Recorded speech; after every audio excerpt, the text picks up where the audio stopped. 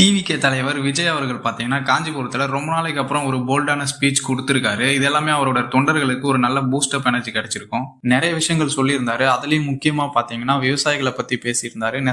நெசவாளர்கள பத்தி பேசியிருந்தாரு. மருத்துவமனைகளோட அதாவது கவர்மெண்ட் மருத்துவமனைகளோட தரத்தை உயர்த்தணுங்கிறத பத்தி பேசியிருந்தாரு. இது எல்லாமே பாராட்டக்கூடியது தான். என்டிகே தலைவர் சீமான் அவர்கள் பார்த்தீங்கன்னா, ரொம்ப நாளாவே இயற்கை சார்ந்த மாநாடுகளாவே பண்ணிட்டு இருக்காரு. இது நம்ம நாட்டுக்கு ரொம்ப ரொம்ப முக்கியமான ஒண்ணு. ரீசெண்டா பனைமரம், கடல் அம்மா ஒரு மாநாடு பண்ணியிருப்பாரு. அதை பத்தின தெளிவான விளக்கத்தையும் நமக்கு கொடுத்திருப்பாரு. ஆனா நம்ம அதெல்லாம் இந்த காதல வாங்கிட்டு இந்த காதல விட்டுருவோம். இருந்தாலும் பனைமரம் வந்து பாத்தீங்கன்னா நமக்கு எவ்வளவு பயனுள்ள பொருட்களை கொடுக்குதுன்றது நமக்கு தெரியும். அப்படி இருந்தும் நாம அந்த பனைமரத்தை வெட்டுறோம். அது மட்டும் இல்ல, இப்ப நாம எல்லாரும் ஃபேமிலியோட பீச்சுக்கு போறோம். அங்க ஏதோ ஒரு சாப்பிடறதுக்கு ஒரு பொருள் வாங்குறோம். ஆனா அந்த பிளாஸ்டிக் கவரை நம்ம யாருமே டஸ்ட்பின்ல போடவே மாட்டோம். அதை அந்த பீச்லயே தான் போடுவோம், இல்லைன்னா கடல்ல தான் போடுவோம். இதனால இயற்கை மாசுபடுன்றது நம்ம எல்லாருக்குமே தெரியும். தெரிஞ்சுமே அந்த மிஸ்டேக்கை நம்ம செஞ்சுட்டு தான் இருக்கோம். இனி வரும் காலங்கள்ல அந்த மாதிரியான தவறுகளை நாம குறைச்சிக்க முயற்சி பண்ணணும். பனை மரத்தை பத்தி நான் ஒரு தெளிவான ஒரு பெரிய வீடியோ போடுறேன். அதுக்கு நம்ம சேனலை சப்ஸ்கிரைப் பண்ணுங்க. தேங்க்யூ.